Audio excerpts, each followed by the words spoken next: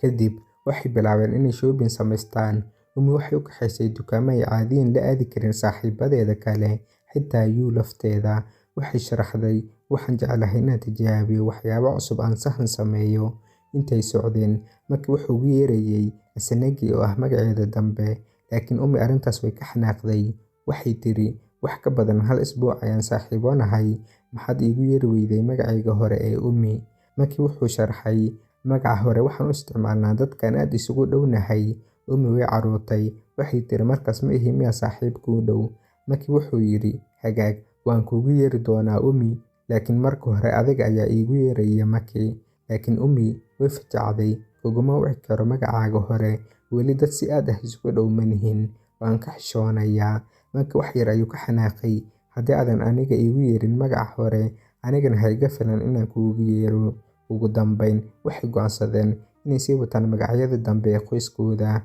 Kadib shopping-ka, waxay fariisteen inay wax cunaan, waxayna bilaabeen inay ka hadlaan filimada ay jecel yihiin. Waxay ogaadeen in dooqooda filimadu aad isugu eg yahay. Umi waxay sheegtay, dhawaan waxaan daawaday filim la yiraahdo Shark Angel, aad buu u fiican yahay. Maki wuu jeclaaday filimka wuxuuna yiri, anigana waan daawan doonaa. Umi waxay tiri, hagaag, marka isbuuca xiga guriga ayaan ka wada daawan doonaa. Laagta saar muuqaalka.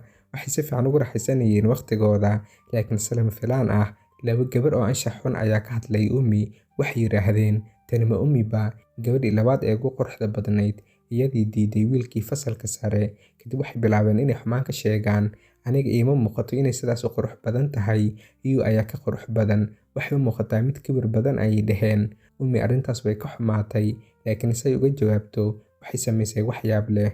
Waxay bilowday inay u dhaqanto sida iyada iyo Maki inay lamaane yihiin oo kale. Gacanteeda ayay wax ku siisay, waxay muujiyeen xiriirka lamaanaha oo kale. Labadii gabdhood way yaabeen, run miya? Umi waxay diiday wiilkii kale wiilkan dartii, wiilkan xitaa ma qurux badna, mana haacaan. Markay sidaas yiraahdeen, Umi way xanaaqday, waxayna rabtay inay la dagaalanto, laakiin Maki ayaa joojiyay. Wuxuu si degan u yiri, ima saamayso wax dadka kale iga sheegaan. Markaas waxay iska indhatireen gabdhihii, waxayna sii wateen madadaaladooda. Waxay ciyaareen games kala duwan, baseball iyo waxyaabo kale oo badan. Waxay si dhab ah ku raaxaysanayeen waqtigooda. Kadib markay nasanayeen, Umi waxay aaday suuliga. Maki wuxuu dareemay farxad, qalbigiisa wax ayaa ku soo dhacay. Maki wuxuu niyadda ka yiri, hal isbuuc ka hor waxaan ahaa qof gebi ahaanba keligiisa ah, laakiin hadda waxaan helay qof aan jeclahay inaan waqti la qaato. Laakiin haddana wuxuu xusuustay, waa inaan saaxiibtinimadeena qarinaa, haddii kale iskuulka dhibaato ayaa ka dhalan karta. Isla markiiba waxaa hortiisa ka soo muuqday Yu iyo kooxdeeda. Maki wuu naxay, sababtoo ah qof uusan filayn ayaa yimid. Yu markiiba way aqoonsatay. Maki, maxaad halkan ka samaynaysaa? Ayay tiri. Nina sida caadiga ah, marka hore ma aqoonsan isaga. Waxay tiri, ma taqaanaa wiilkan? Yu xoogaa ayay ka xanaaqday. Imse jeer ayaan kuu sheegay, isagu waa arday fasalkeena dhigta, dadka waa inaad ixtiraamtaa mar walba. Nina waxay isku dayday inay marmarsiyo keento, ma aanan aqoonsan, maxaa yeelay dharka iskuulka ma xirno ayay tiri. Kadib Yu waxay Maki weydiisay, adeeg yaa kula socda? Ma waxaad la timi saaxiibada? Fasalka dhexdiisa mar walba keliga ayaad ku tahay. Maki si qarsoodi ah ayuu ficil u sameeyay. Wuxuu wacay Umi si ay u maqasho in saaxiibadeed ay joogaan. Isagoo isku dayay inuu qaato boorsada Umi, Yu ayaa joojisay. Waxay si naxariis leh u tiri, haddii aadan dhibsanayn, nala joog, saaxiibkaagana keen, ha nagu soo biiro. Keligaa maxaad ku raaxaysanaysaa? Koox ahaan ayaa ka xiiso badan. Laakiin Nina fikraddaas ma aysan jeclayn. Maxaad samaynaysaa Yu? Si fudud uguma dari karno kooxdeena ayay tiri. Laakiin Yu waa qof qalbi wanaagsan leh. Waxay tiri, waxay noqon doontaa mid ka xiiso badan sidan haddii laba qof oo kale nagu soo biiraan. Yu waxay tiri, Maki keligiis muxuu ku raaxaysan karaa? Miyaadan rabin inuu nagu soo biiro? Nina si degdeg ah ayay isu difaacday. Maya, taas ma aanan ula jeedin. Laakiin si tartiib ah ayay u fahamtay sababta Umi Jimcaha aysan u jeclayn inay waqti la qaadato kooxda. Markaas Maki ayaa hadlay, waad ku mahadsan tahay casuumadaada. Laakiin wuxuu si daacad ah u yiri, koox ahaan waa wax fiican marka dhinaciina laga eego, laakiin aniga sidaas ma aha. Wuxuu sharxay, dadku dhadhankooda wuu kala duwan yahay. Haddii uu koox la joogo, wuxuu isku dayaa inuu noqdo sida ay iyagu yihiin. Waxaan sameynayaa waxyaabaha aad jeceshihiin, ma aha kuwa aniga ay farxad geliya. Kadib wuxuu yiri wax muhiim ah, hal saaxiib oo isku dabeecad nahay oo ila joogo, kama doorbido 10 qof oo aan la joogo. Kadib wuu ka tagay meesha. Yu waxay isku dayday inay joojiso oo waxay tiri sug, laakiin aad bay u daahday. Markii Umi si qarsoodi ah ay meesha uga baxeen, waxayna ku kulmeen bosteejada. Halkaas Umi waxay u furtay qalbigeeda, waxay sharaxday sababta aysan u jeclayn kooxaha. Waxay tiri, Yu waa saaxiibtayda iigu dhow, waan jeclahay inaan la joogo, laakiin markay noqdaan koox, waan ka fogaadaa. Hal sano ka hor, Umi waxay ahayd hogaamiyaha kooxda, qof caqli badan oo qurux badan, qof dadka hogaamiye ayay ahayd. Bilowgii wax walba way fiicnaayeen, laakiin markii dambe dadka waxay bilaabeen inay ka faa'iidaystaan. Shaqooyinka oo dhan iyada ayaa loo diri jiray. Waxay tiri, waxaan bilaabay inaan dareemo kelinimo, xitaa anigoo dadka dhex jooga. Taas waa sababta ay hadda u doorato inay keligeed ahaato ama hal qof la joogto. Umi waxay sii waday sheekadeeda. Haa, waan qirayaa, qaladkayga ayuu ahaa. Waxay ahayd inaan saaxiibaday la wadaago waxaan jeclahay iyo waxa aanan jeclayn. Laakiin hadda waa goor dambe. Mar dambe ma doonayo inaan noqdo gabar dhinac walba ku wanaagsan. Waxaan rabaa inaan noqdo qofka aan dhab ahaantii ahay. Umi Asenagi waxay sharaxday sababta ay Jimcaha ula qaadato Maki. Sababtu waa adiga iyo aniga, dabeecaddeenu waa isku mid. Waxaadna tahay qof aan ogahay inuusan i xumayn doonin. Markaas Maki ayaa weydiiyey, haddii sidaas tahay, maxaad hore iila hadli weyday? Umi waxay tiri, waan isku dayay, laakiin adiga mar walba keligaa ayaad ahayd. Iskuulka kadibna si degdeg ah ayaad u tegi jirtay. Waxay sidoo kale qiratay, weligay hore uma aanan yeelan saaxiib wiil ah. Waxaan ka baqayay inaan qalad sameeyo, markaa waxaan sugayay waqtiga saxda ah.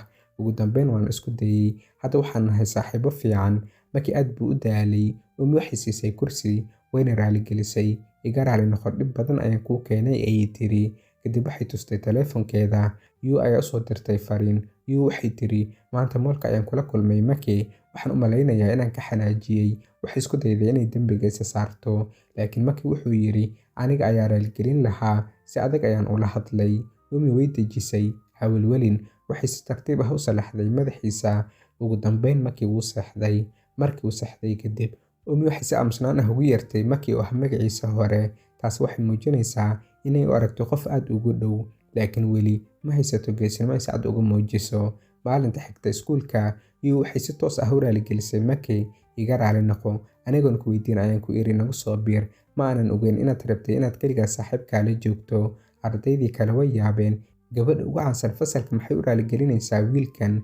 Laakiin dhab ahaantii Yu qalad weyn ma aysan samayn. Waxay rabtay oo keliya in Maki uusan keligiis noqon. Maki wuxuu yiri, dhib ma leh, anigu kuma xanaaqin.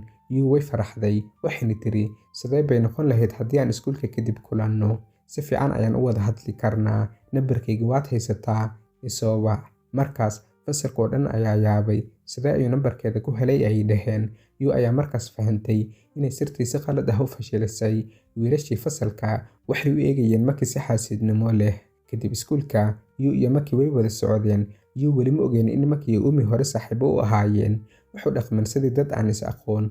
Yu waxay tiri, raali iga noqo, waxaan dareemaa xishood markaan wiil la socdo. Sidaas darteed waxaan u wacday saaxiibteeda Umi si ay noola joogto. Nina way daba socotay oo basaasiisay. Yu waxay dareentay qof inuu daba socdo. Saddexduba waxay ogaadeen inay Nina tahay. Si ay uga baxsadaan, way ka carareen halkaas. Maki wuxuu geeyey gurigiisa. Umi waxay iska dhigtay sidii qof markii ugu horreysay arkaya. Kadib Yu waxay weydiisay su'aal muhiim ah, sidee baad isku siiseen nambarada? Yu way sharaxday oo tiri, maalintii aan hadalka dhageysanaynay ayaan la kulmay Maki, markaas ayaan siiyey nambarkayga. Umi waxay madaxa dhufatay Yu iyo Maki, sababtoo ah way dhageysanayeen, waana ciqaabtooda. Laakiin weli Maki Umi ma aysan sheegin sirtooda. Yu waxay tiri, iga raali noqo mar kale, waxaan ku iri nagu soo biir, adigoo la joogay saaxiibka. Waxay sii raacisay, sidaad ugu hadashay saaxiibka iyo sidaad u sheegtay inaad isku mid tihiin, waxay muujinaysaa inaad tihiin saaxiibo gaar ah.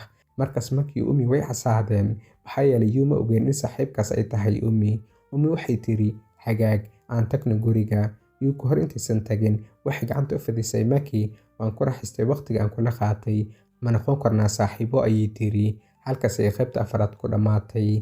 Daawade adiga yaa kula fiican Yu mise Umi? Kommentiga ku soo qor. Muuqaalka like inoo saara, waad ku mahadsantihiin daawashadiina.